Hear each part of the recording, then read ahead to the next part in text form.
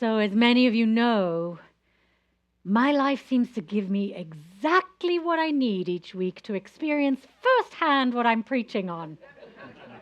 So I can understand it with greater depth and get very little sleep.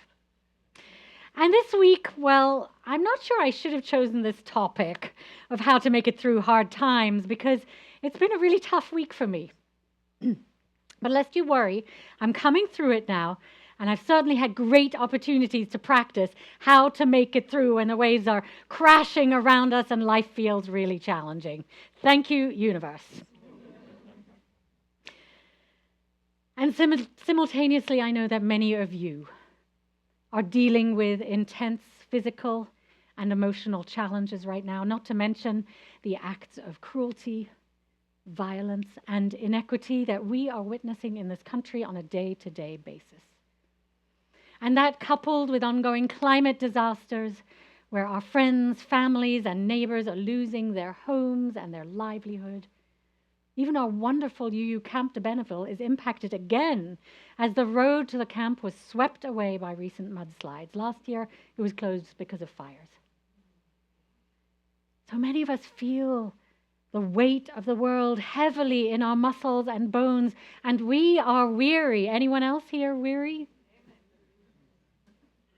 And if we have tender, open-hearted spirits, if we're empathic at all and feel along with the pain that others are undergoing, well, it becomes particularly tough, doesn't it?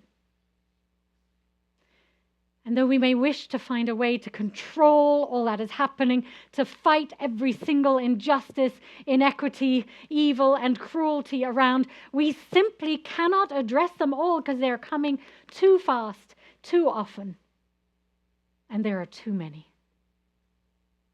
So it can feel overwhelming and impossible to control. So how do we keep going? How do we find hope and relief amidst the relentless onslaught of challenges and bad news, amongst the daily cruelties and unfairness that we see? Now, I gain courage from people who somehow find peace amidst the most unimaginable difficulties, like Viktor Frankl did while he was in a concentration camp. People who somehow accept what is and courageously keep putting one foot in front of the other, choosing their response over reacting, even when everything around them seems to be crumbling. Now, I'm not advocating surrendering and just letting all the horrors be. I'm not suggesting that we simply accept what is because we feel powerless and overwhelmed or bullied into submission. Indeed, the perpetrator's hope is that we feel overwhelmed and defeated, that we give up the fight. So we cannot and must not stay or live there, right? Instead, we need to face the challenges around us head on. Look them squarely in the face, keep doing what we can, and find some way to find refuge and hope amidst it all, rather than being constantly in a state of fight, flight, or firefighting. Remembering the poem that Jill and I read earlier, to be a person in the world and do the impossible every day simply by keeping your eyes open, simply by getting out of bed, simply by facing these incomprehensible horrors again and again without somehow abandoning your joy. Yes. And what I've noticed in the past few weeks is when I focus on all the hard stuff and get all agitated and worried, I'm giving my attention and energy to the problems. And soon my body and spirit start to feel heavy and burdened, and my joy fades. But if I name the difficulty as it arises and try not to get activated by it and let it pass through me, like the wind, without telling a huge story about it, I find I can stay more peaceful. I can stay in that calm in the eye of the storm. And then with a deep breath, perhaps put my hand on my heart and offer myself some compassion, acknowledging that these are hard times, and then find something I'm grateful for, something good to turn my attention to. And there is so much good still here all around us every day, just looking at your beautiful faces. So let's take a moment first now to name all that we're struggling with, all the things that wake us up in the middle of the night with worry, everything we're finding hard in our lives and this world at the time, so that we can really examine the weight of the world that we're carrying in our muscles and bones before we let it go. So I invite you to raise your hand and call out something you are finding difficult, and I'll repeat it into the microphone. And those of you online, feel free to write it into StreamYard chat. And let's collect and name out all the things we find challenging and the burdens we are carrying. And Jill, would you mind going into the lounge and just, after I've done all the concerns here, hear what the lounge has to say, speak it into your mic, keep Jill's mic on. So what are some of the things that you're carrying? Ruth Ann, yes? Insurance rates going up. Yes, our church, our congregation is dealing with that. Nancy? Making ends meet. Yes. Is that all we've got here? Yes. Meeting people where they are. Yeah. Mm-hmm. The assault on the American dream and ideals. Yes. Daily brutality. Daily brutality. Yes, Sherry. The revenge indictments. And what else? In the justice system. Yeah, Jill. Fascism. Pamela. The things you start noticing hurting as you get older. Yes, yes, yes. Yes, Kathy. The apparent collapse of our government. Yes, Ani. From online, Anaki says, worrying about ICE in our communities. Sandy King says, cancer treatment, chemo. Let me do one at a time. Let me do one at a time. So Anahi says, worrying about ICE in our community. Yes, absolutely. Yes, Vanessa. Inequality. Torkel. Genocide in Gaza.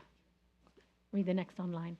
Cancer treatment, chemo while wanting to protest. And who's that from? From Sandy King. Cancer treatment and chemo while wanting to protest. Melanie. People having a sense of entitlement to cruelty. Devin. Masked agents of the government perpetrating violence. Yes. The news. Every day. Yes, Randall. Extrajudicial killings. Jill, your microphone is on, so if you'd wait until I call on you, that'd be great. Bethany. All the children you know who are hurting and scared. Yes. Yes, April. Medical responsibility. Yeah.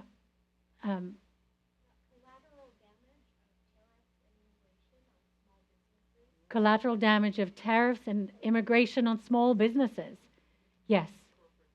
Corporate greed. Okay, Jill, let's hear some from the lounge. Overwhelming sense of responsibility for others.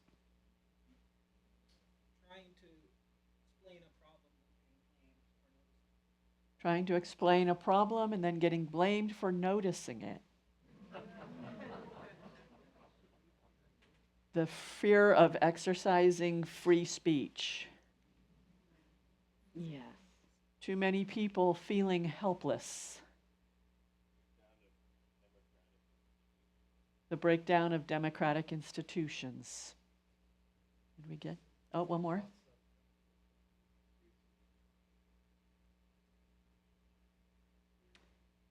The loss of friends and families due to the conspiracies driving us apart. And then also our local water crisis, genocide in Sudan, the normalcy of lying. And Ruth Ann, one more.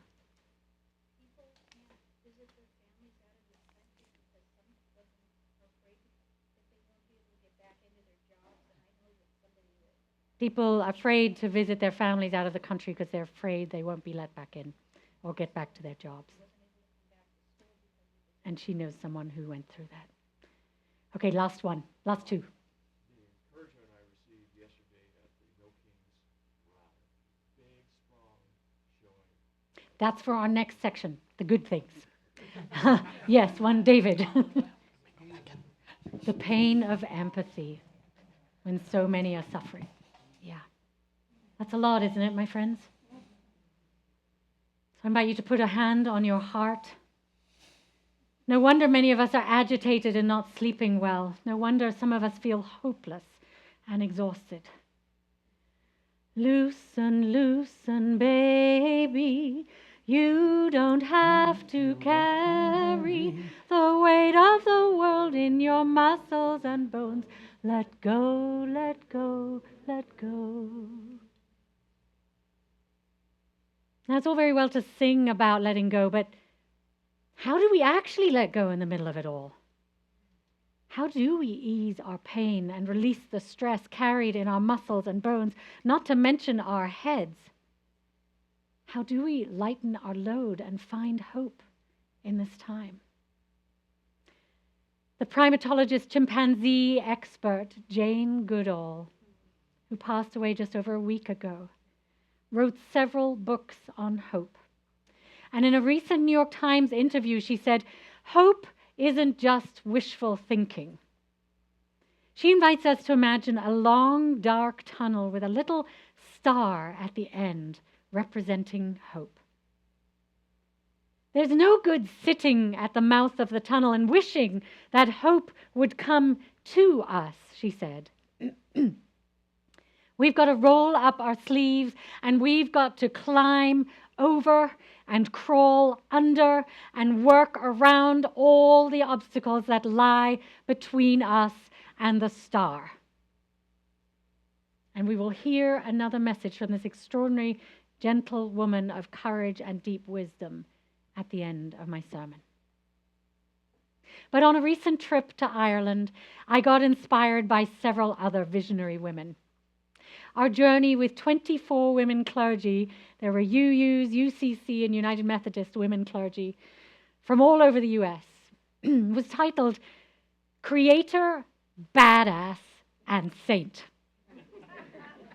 And it aimed to inspire us by meeting and learning about courageous, groundbreaking Irish women, Druid priestesses, artists, musicians, writers, and saints. And one of the women I was particularly inspired by was a 16th century seafarer and leader of navies called Grace O'Malley from the west coast of Ireland. And Grace became a sailor and Irish pirate queen at a time when women were not allowed to sail, let alone lead armies. And in defiance of her father, who warned her that her hair would get her stuck in the ropes and that sailing was not a fit occupation for women, Grace cut off all her hair and took to the seas. And she ended up sailing all over the British Isles, commanding battalions of men and negotiating peace treaties with Queen Elizabeth I. Grace demonstrated badass courage in the face of the oppressive patriarchy and led with spirit, passion, and purpose. And we actually got to meet her great-great-great-great-great-great-granddaughter, Joan Malloy, a young woman who herself became a sailor and has solo sailed around the world, even while pregnant. Right? Joan told stories of being out on the wild oceans by herself in a small sailboat, not being able to sleep for more than 15 minutes at a time because she had to keep watch over her boat and work the tiller. I thought about her last night when I was awake at 2 a.m. I thought, hey, I got 4 hours sleep. What am I complaining about? Alone amongst thundering waves and stormy weather, exhausted and hungry, she reached the edge of her human capacities many times, and she wasn't sure she could go on. Yet knowing her goal, and that she had others to live for, and crowds of supporters back home who believed in her, she found the resolve to keep going and not give up. She told us that what helped her survive was her clear vision of her goal, not allowing her emotions to get too extreme, thinking outside the box, and all her psychological and physical training and preparation. She said your own self-management becomes part of the performance management of the sailboat. Burning out is an absolute disaster. You can't, or you die. Her courage and wisdom was so uplifting, my friends. You wonder why I go on study leave. That's why.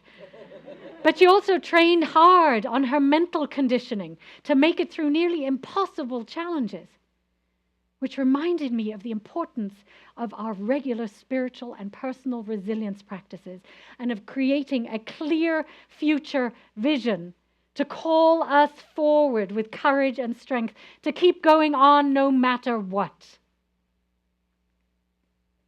Another visionary badass woman who inspired me no end was Ireland's first woman president and the first female high commissioner of the UN for Human Rights, Mary Robinson. Now, Mary is now one of our world's wise elders, who with others like Nelson Mandela, Desmond Tutu, and Richard Branson worked on ways to give hope to the world and combat climate change. Mary became president at a time when Ireland had strict regulations about what women could and couldn't do. They certainly couldn't be president. And when Ireland was under firm hand of the Catholic Church and was in the midst of the troubles with Northern Ireland. It was a very oppressive, restrictive time in their country. And yet, a groundswell of hope and new vision elected her president against all odds. People laughed at her candidacy at the beginning, and she became president. Hope was victorious and marked a new dawn of progress for Ireland from outdated regimes. And it gives me hope that over time things can and will change, and we need to hang on to that hope, my friends. Yes? Yes. While she was Ireland's president, Mary did something that our Unitarian ancestors did during World War II. She lit a lamp in one of the windows of the president's residence to shine 24/7 as a symbol that she was remembering all those who are struggling, holding them all in her prayers and care.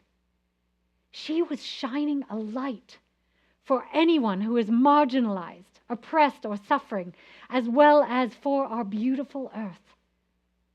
And even after leaving the presidency, Robinson still practices this in her home now. She shines a light continuously in one of her home's windows, a beacon of hope and care that people can take courage and sustenance from. My friends, remember, this is what our Unitarian ancestors did during World War II. During those horrific times, they lit a chalice candle in their windows to shine a light of hope and welcome, to indicate a safe house for those in danger. And it's that light of hope that Jane Goodall speaks about that we need to keep climbing, crawling, working, and struggling towards. It's the lighthouse, the beacon that both Grace O'Malley and Joan Malloy needed so desperately on their voyages. And shining our light, my friends, is something we can all do in the midst of such darkness. We can shine the light of love and hope brightly, and that's what we try to do together here every week. But how do we do that when we're tired and weary? Joan Malloy told us that when she was out at sea, adrift, exhausted, hungry, scared, and simply wasn't sure she could go on, she leaned heavily on the mental and emotional and spiritual resilience practices she had learned during her preparation. My loves, we've been preparing for these times for years, haven't we? We've been working on practices to strengthen our hearts and souls for exactly times such as these. And this is why we gather every week, to learn, to grow, to connect and transform. As Clarissa Pinkola Estes said, we are made for these times. Yes? But that doesn't mean it's all going to be easy or it'll be over quickly. We are likely running a marathon. So we need to find places of refuge, rest, comfort, where we can let the weight of the world go for even a few moments, so we can rekindle that pilot light of love and hope within us again and again. So where do you find refuge? How do you restore and refuel? Where do you find comfort, solace, and the chance to exhale amidst it all? How do you keep that flame of hope glowing within you even when you feel the weight of these times or are faced with huge challenges? How do you keep going when it seems like these hard times have been going on forever already and you are weary? Well, personally, I find refuge in my daily spiritual practices of journaling, meditation, and movement. Friendships, family, and caring conversations are really important. I find refuge in nature by putting my feet on the ground and feeling the enormous strength of Mother Earth and how she is able to hold and transmute all of this pain. I find refuge in a moment of awe and by giving gratitude for the continuous beauty in this world despite all the suffering. And as many of you know, I find refuge in dancing, as does Torkel. It helps me shake off the pain. Even better if I'm playing Taylor Swift, Shake It Off. It helps me move stuck and heavy energy and reclaim joy. Joy is our birthright. And of course, I find refuge and sustenance in this beautiful community and being among so many loving, caring people who want to help ease each other's pains. Here we know we are not alone in this, right? So where do you find refuge? What do you do that allows everything to fall away? What are your moments of respite where you can be fully present and not worry about anything? Can we take just a brief moment to share some ideas of where you find hope and refuge even amidst all of this? Just quickly, because I know we're going long. But please, anyone want to raise their hand? Yes. Sewing. Yes. Bird watching. Yes. Beauty of nature. Beauty of nature. Pets. In the garden. Going within. And music. Yes, yes. Pottery. Hiking. Mosaics. Jill, do you have any there? Just a couple? Yes. Go ahead. Pride in the creativity of my kids, leaning in with my gifts in the places I can make a difference. Yes, we can. Outside, being outside. Anything else? Being outside. Playing games. Playing games and laughing, having fun. And Floyd, you said that there were so many thousands of people at the No Kings marches. In fact, I believe there were at least 7 million people around the country.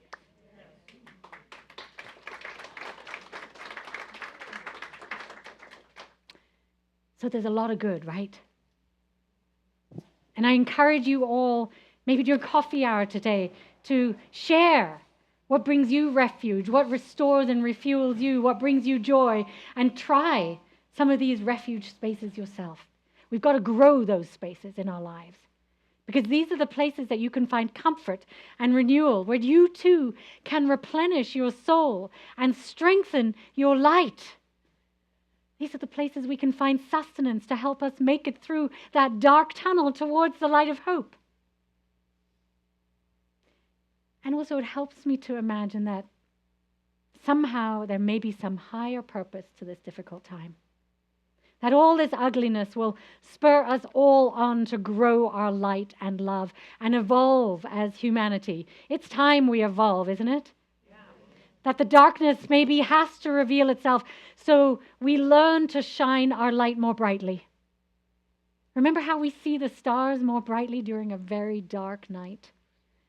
Joan Malloy spoke of the unimaginable beauty of the night skies and the expansive vistas of sparkling stars while she was out alone on the ocean. And she said that made it all worthwhile. And that's what's happening now. The night is very dark, but the stars of hope, love, and higher consciousness are shining ever more brightly. And my friends, our task these days is to focus less on what's weighing us down and instead focus our attention on creating possibilities and hope. Are you with me? Yes. We'll never be able to fix all the ills in the world, but we must not let the pain drown or drain us. So do what you can and rest and refuel.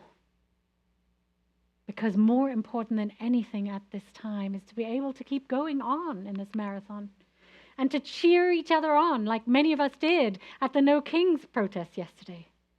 We need to cultivate our light so it can be a lighthouse, a beacon, a refuge for those who need it. And sure, there are going to be clouds and rain and plenty of storms. Don't doubt that. That's what the human condition is all about.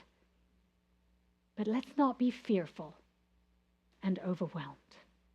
Let's focus on bringing love, unity, and peace into our lives. And when you are tired and fear your own light is too dim, find refuge and light a candle or a chalice and put it in your window while you sleep to let others know that they are safe with you.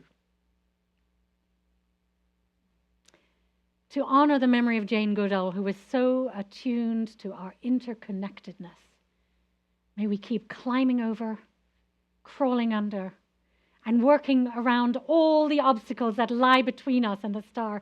And may we never forget that we are not alone. We have this community and each other, and we can hold hands, share our burdens, and keep shining the light together, being a beacon of love, hope, and light together. Yes? The words of the Sufi poet Rumi say it best. If everything around seems dark, look around you. You may be the light.